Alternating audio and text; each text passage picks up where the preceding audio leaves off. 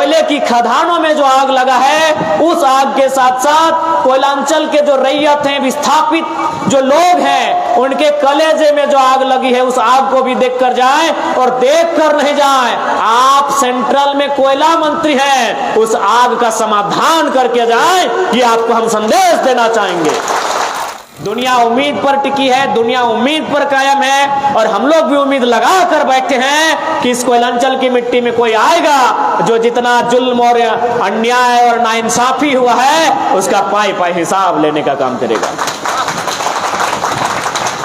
और सुनने में आया है कि 24 तारीख को देश के कोयला मंत्री भी आ रहे हैं, तो मैं आपके माध्यम से देश के कोयला मंत्री, उनके जो यहाँ प्रतिनिधित्व के रूप में हैं, मैं उन्हें एक संदेश देना चाहूंगा। जब देश के कोयला मंत्री कोयलांचल का दौरा करने के लिए आए तो कोयला में लगे आग को देखने के साथ साथ कोयलांचल के जो विस्थापित हैं, उनके कलेजे में जो आग लगी है उसे भी देख कर जाए, ये मैं संदेश देना चाहूंगा।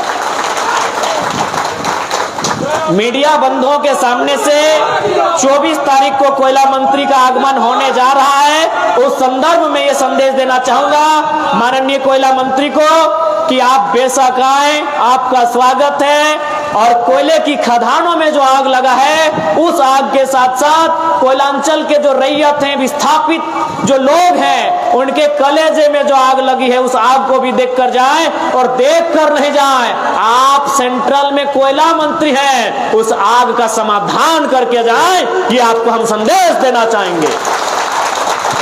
अगर आप ऐसा नहीं कर पाते हैं तो ये कॉमरेड ए.के. राय की जमी है, इसे नापाक मत कीजिएगा। ये कॉमरेड ए.के. राय की पाक जमीन है, ये कॉमरेड ए.के. राय की पवित्र जमीन है। अगर कोयला मंत्री महोदय अगर इस पवित्र जमीन में आपके कदम पड़ते हैं, आपका स्वागत करते हैं, लेकिन कोयलांचल की आग के साथ साथ विस्थापितों के कलेजे में जो आग लगी है उसका समाधान करके जाइएगा इस पवित्र भूमि से, यह आपको हम संदेश देना चाहेंगे। और धनबाद के सांसद सच को भी हम संदेश देना चाहेंगे कि आप उस सीट से सांसद चुन के आए हैं जो सीट कभी कॉमरेड ए.के. राय की हुआ करती थी, तो कम से कम उनको एक बार पढ़िएगा, उस शख्स को एक बार समझिएगा। वो एक ऐसे शख्स थे जिन्होंने जनता को ही अपना परिवार समझा है, जनता के दुख को अपना दुख समझा है, जनता की खुशी में मुस्कुराए हैं और जनता के गमों में आंसू बहाए हैं। ऐसे नेता कॉमरेड ए.के. राय थे।